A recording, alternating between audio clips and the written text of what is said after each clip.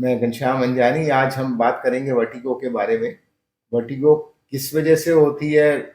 बहुत सारे रीजंस हो सकते हैं। कई लोग बोलते हैं कि ईयर के अंदर फ्लूइड इम्बैलेंस हो जाता है, उसकी वजह से होता है। कई लोग कहते हैं सर्वाइकल की वजह से होता है। कुछ लोग बोलते हैं कि एंजाइटी की वजह से भी हो सकता है, न्यूरो की प्रॉब्लम हो या गैस्ट्रिक की प्रॉब्लम है। तो ये लोगों को नॉर्मली समझ में नहीं आता किस डॉक्टर के पास जाए। इमीडिएटली तो हमें पता नहीं लगता वर्टिगो किस वजह से हुआ है। तो उसके बारे में हम आज एक्सपर्ट ओपिनियन लेंगे। मेरे साथ डॉक्टर कपिल अग्रवाल हैं, जो इन्होंने DM all India institute of medical science से की है, और he is the HOD and head of the department of neurology with Shelby international hospital. Doctor साहब, आप बताएं कि मतलब जैसे वर्टिगो किसी को प्रॉब्लम होती है तो हमें समझ में नहीं आता किसके पास जाए। न्यूरो के पास जाएं या ऑर्थो वाले के पास जाएं या ईयर बैलेंस के पास, ईयर वाले के पास जाएं या गैस्ट्रो के पास। मैं एक अपना एग्जांपल बताता हूँ। पहले हम केस स्टडी है, 3 साल 4 साल पहले मिसेस को हुआ था। We went to the ear specialist and she said कि फ्लूइड इम्बैलेंस होगा, आप टेस्ट कराइए। 16,000 रुपए का टेस्ट था, which is very expensive. Very Then I discussed with one of my doctor friend. He said कि नहीं कोई जरूरत नहीं है. Then we went to some other ENT. उसने कहा जी अब ठीक हो जाए. We went to so many doctors. तो आज भी हमें पता नहीं लगता कि क्या रीजंस है और किसके पास जाना चाहिए किसी को प्रॉब्लम होती है तो। देखिए, पहले आप ये पहचानना जरूरी है कि वर्टिगो हम किस चीज को कह रहे हैं। वर्टिगो का जो मेन सिम्टम होता है, एक स्पिनिंग सेंसेशन महसूस होना। आप कई बार लेटे हुए, खड़े हुए, अचानक से आपको ऐसा लगेगा सब कुछ बहुत तेजी से गोल गोल घूम रहा है, जो एक टिपिकल सिम्टम वर्टिगो का हमें देखने को मिलता है। यहाँ पे कुछ ओवरलैप्स होते हैं, ये समझना इंपॉर्टेंट है कि कई बार जैसे हम लेटे हुए हैं, एक जगह बहुत देर बैठे हुए हैं, हम खड़े हुए, हमारा आंखों के आगे अंधेरा आया, चक्कर लगा, हम उसको भी कई बार वर्टिगो समझते हैं। ये टिपिकल सिम्टम वर्टिगो का नहीं होता।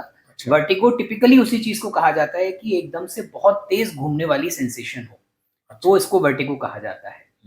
अब आपका ये क्वेश्चन बहुत पर्टिनेंट है कि ये किस स्पेशलिस्ट द्वारा ट्रीट करा जाना चाहिए। ये कंफ्यूजन इसलिए क्योंकि अगर हम वर्टिगो के अंडरलाइंग मैकेनिज्म को समझेंगे कि क्यों होता है, इसलिए ये कंफ्यूजन है।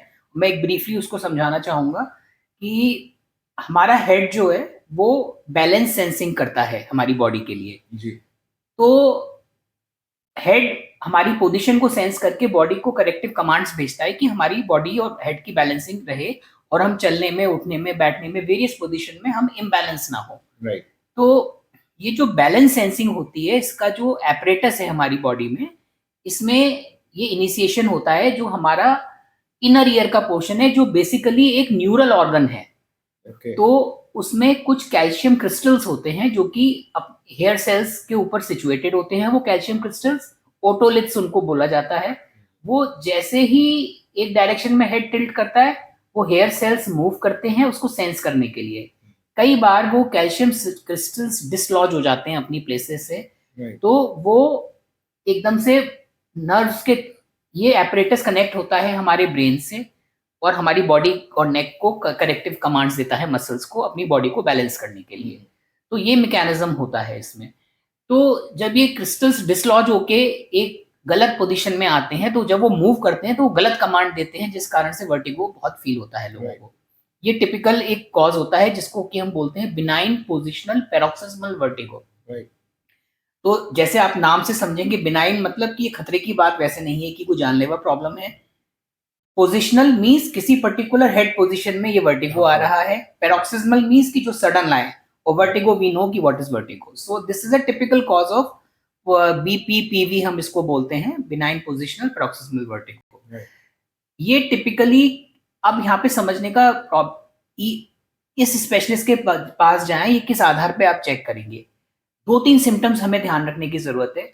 अगर वर्टिगो के साथ आपको हियरिंग लॉस हो रहा है, या आपके कान में आवाज आ रही है, टिनिटस जिसको बोलते हैं, अगर ऐसे सिम्टम्स हैं तो ये प्योरली मीनियर्स डिजीज के सिम्टम्स होते हैं, जो एक ईएनटी स्पेशलिस्ट के द्वारा ट्रीट किए जाते हैं। जूम की साउंड या हमिंग साउंड या बजिंग साउंड जो आती है, ये है, या हियरिंग लॉस हो रहा है साथ में इन सिम्टम्स के, तो वो जनरली ईएनटी प्रॉब्लम की वजह से होगा। अदरवाइज ये न्यूरोलॉजिस्ट से ज्यादा ट्रीट किया जाता है। ये समझने का इंपॉर्टेंस है कि वर्टिगो कई बार एक सीरियस न्यूरोलॉजिकल प्रॉब्लम का इंडिकेटर हो सकता है। ये हमें समझना जरूरी है, क्योंकि जो हमारे ब्रेन के अंदर हमारा पिछला पार्ट होता है ब्रेन का, जिसको सेरिबेलम बोला जाता है, और ब्रेन स्टेम, यहाँ पे बहुत इंपॉर्टेंट कनेक्शंस होते हैं इन ऑडिटरी और बैलेंसिंग नर्व्स के, जहाँ की प्रॉब्लम के कारण से वर्टिगो आ सकता है। तो अक्सर देखा जाता है कि एक पैरोक्सिस्मल वर्टिगो हुआ, एक कंटिन्यूअस वर्टिगो सेंसेशन होती है, तो ये एक न्यूरोलॉजिकल सिम्टम हो सकता है। ये ध्यान देने की जरूरी है। अगर इवन माइग्रेन एक सिंपल प्रॉब्लम है न्यूरोलॉजिकल, उसमें वर्टिगो होता है। कई बार ये सीरियस प्रॉब्लम्स जैसे कि ब्रेन ट्यूमर्स और ब्रेन स्ट्रोक्स के भी सिम्टम्स होते हैं एक सडन वर्टिगो। तो ऐसे केसेस में वर्टिगो के साथ अगर किसी को थोड़ा बोलने में दिक्कत है, चेहरे पे सुनपन लग रहा है, या एक हाथ को चलाने में बैलेंस की कमी लग रही है, तो ये माइनर सिम्टम्स कई बार हो सकते हैं ब्रेन स्ट्रोक शुरू होने के। तो इसमें ये इंपॉर्टेंट हो जाता है कि एक न्यूरोलॉजिकल इवैल्यूएशन पेशेंट का होना चाहिए। गैस्ट्रो की वजह से भी होता है? कई लोग कहते हैं सवेरे गैस फॉर्मेशन होती है। ये लोगों की अपनी एक अंडरस्टैंडिंग क्रिएट होती है कि वो उसको कोरिलेट करते हैं, क्योंकि कई बार वर्टिगो में एक उल्टी का सेंसेशन होता है। तो क्योंकि वर्टिगो के साथ हमारी बैलेंसिंग जुड़ी हुई है, और यहीं से कई बार एक वॉमिटिंग सेंसेशन, जैसे कि मैं बहुत लेमैन टर्म में समझाता हूँ कि किसी का अगर बैलेंसिंग सिस्टम स्ट्रांग नहीं है, कुछ लोग ऐसे होते हैं जिनका एक नेचुरली वीक है बैलेंसिंग सिस्टम, वो अगर पहाड़ों पे जाते हैं और गाड़ी जब गोल गोल घूमती है, तो उनको एक उल्टी और चक्कर का सेंसेशन शुरू हो जाता है, बिकॉज उनका वो सिस्टम उस चेंजिंग पोजीशन के साथ अडेप्ट नहीं कर पा रहा उनका हेड, तो इसलिए उनको ये होता है। तो इसलिए वो जो वॉमिटिंग की सेंसेशन की वजह से लोग उसको कंफ्यूज करते हैं, शायद ये गैस्ट्रिक है। ये गैस्ट्रिक नहीं है, ये प्राइमरी एक न्यूरोलॉजिकल और ईएनटी इशू होता है।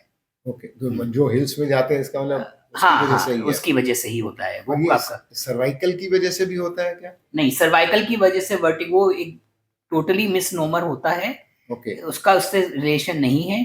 सर्वाइकल के सिम्टम्स अलग होते हैं, उसमें आपको नेक पेन रह सकता है, नेक में स्टिफनेस रह सकती है, बट जनरली चक्कर उस वजह से नहीं होता किसी को। तो मतलब आपके हिसाब से बेसिकली देखा जाए तो either it is because of fluid imbalance or neurological। और यहाँ पे बस ध्यान रखने की जरूरत ये है कि ईएनटी के सिम्टम्स में आपको साथ में जनरली हियरिंग लॉस और ईयर साउंड अगर आ रही है, तो ये प्योर ईएनटी प्रॉब्लम होगी। अदरवाइज तो mostly it is dealt by neurologist. But एक नॉर्मल मैंने देखा है, कई ईएनटी वाले भी करते हैं या दूसरे लोग भी बोलते हैं, वो बोलते हैं बस वर्टिन 16 ले लो, इसके अलावा इसकी कोई इलाज नहीं है। Is it correct? नहीं, ऐसा बिल्कुल नहीं है। देखिए क्या होता है, इसके मैकेनिज्म को आप समझेंगे। जनरल केस जो बीपीपीवी हम बोलते हैं इसको, वर्टिगो को, ये हमारी हेड बैलेंसिंग की प्रॉब्लम है। जब तक हम हेड का एडेप्टेशन नहीं बढ़ाएंगे, ये होता क्यों है, जनरली समझने की बात इसमें ये होती है कि आजकल सेडेंट्री लाइफस्टाइल है, हमारे हेड को सेंस करने का मौका बहुत कम मिल रहा है, हम एक ही पोजीशन में बहुत बहुत देर तक बैठे हुए हैं, तो उससे हेड की सेंसिंग वीक पड़ने लगती है ओवर पीरियड ऑफ टाइम। और धीरे धीरे क्या होता है, हम थोड़ा सा करवट ले रहे हैं, झुक रहे हैं, तो हमें एक वर्टिगो की सेंसेशन आ रही है। तो इसलिए इसमें बहुत जरूरी होता है कि सबसे पहला ट्रीटमेंट होता है कि अगर बहुत तेज वर्टिगो आ रहा है, पेशेंट उठ बैठ नहीं पा रहा है वर्टिगो, तो उसमें और हमें स्ट्रॉन्गर मेडिसिन देनी होती है। आपने जैसे पॉइंट आउट किया, वर्टिन जैसी मेडिसिन, ये जनरली क्रॉनिक रिहेबिलिटेशन फेज में हेल्प ज्यादा करती है। और दूसरा इसमें और भी हमारे सिस्टम को स्ट्रॉन्ग बनाने की मेडिसिन और एक्सरसाइजेस होती हैं, जिससे एक पूरा होलिस्टिक ट्रीटमेंट पेशेंट का चलना चाहिए। अक्सर लोग ओवर द काउंटर वर्टिन सुनना है या पहले कभी एक्सपीरियंस किया है तो खा रहे हैं, बट वो प्रॉब्लम उनकी सेटल नहीं होती क्योंकि वो और मेजर्स नहीं ले रहे होते हैं। ये होता है। तो इसका मतलब और भी एक होलिस्टिक ट्रीटमेंट अप्रोच से हो। कई डॉक्टर साहब ये बोलते हैं, कायरोप्रैक्टर जो ज्यादा बोलते हैं, फिजियोथेरेपी वाले भी बोलते हैं, बट कायरोप्रैक्टर बाहर तो कहते हैं स्पाइन के थ्रू हम ट्रीटमेंट कर देते हैं, सब खत्म हो जाता है। ये बिल्कुल ये नहीं है, मिसनोमर है। इसमें बैलेंसिंग एक्सरसाइज स्पेसिफिक होती हैं, उनको वेस्टिबुलर बैलेंसिंग इसलिए होता है, बट उससे पहले ये डायग्नोज करना इंपॉर्टेंट होता है कि ये मैन्यूवर इस पर्टिकुलर चीज में फायदा देगा या नुकसान ना दे। अच्छा, बट नॉर्मली आपके हिसाब से सारी एक्सरसाइज जो हेड की और या आईज की, वो करें नहीं करें? नहीं, हेड की एक्सरसाइज जो जनरल आई मूवमेंट्स और हेड मूवमेंट्स है वो करना चाहिए। बट ये मैन्यूवर की स्पेसिफिक रिक्वायरमेंट होती है इन सर्टेन कंडीशंस। हेड का मतलब जैसे ऐसे किया या ऊपर नीचे, ऐसे गोल। ये आप जैसे ऑनलाइन भी देखेंगे वेस्टिबुलर बैलेंसिंग एक्सरसाइजेस, इससे आपको काफी वीडियोस मिलेंगे यूट्यूब पे, तो उनके तरीके से एक्सरसाइज की जा सकती है। वो नॉर्मल। और सबसे अच्छा तरीका है कि अपनी फिजिकल एक्टिविटी बढ़ाइए। आप कुछ ऐसे स्पोर्ट्स जिसमें हेड मूवमेंट्स बहुत ज्यादा होते हैं, जैसे बैडमिंटन खेलना, ओके बैडमिंटन खेलना, योगा करना, ये चीजें बहुत हेल्पफुल होती हैं क्योंकि इसमें बहुत head movement, body movement, adjustments होते हैं, तो वो हेल्प करता है लॉन्ग टर्म में। हाँ थैंक यू डॉक्टर साहब। उम्मीद करते हैं कि सबको लोगों को बेनिफिट होगा जी जी आपके बिल्कुल। वर्टिगो के बारे में जो बताया, जो हमें हमें भी बहुत सारे लोगों को हाँ कंफ्यूजन होता है किसके जी पास जाए, तो जी hopefully it will give advantage to everyone. Thank you so much. Thank you sir. Thank you very much.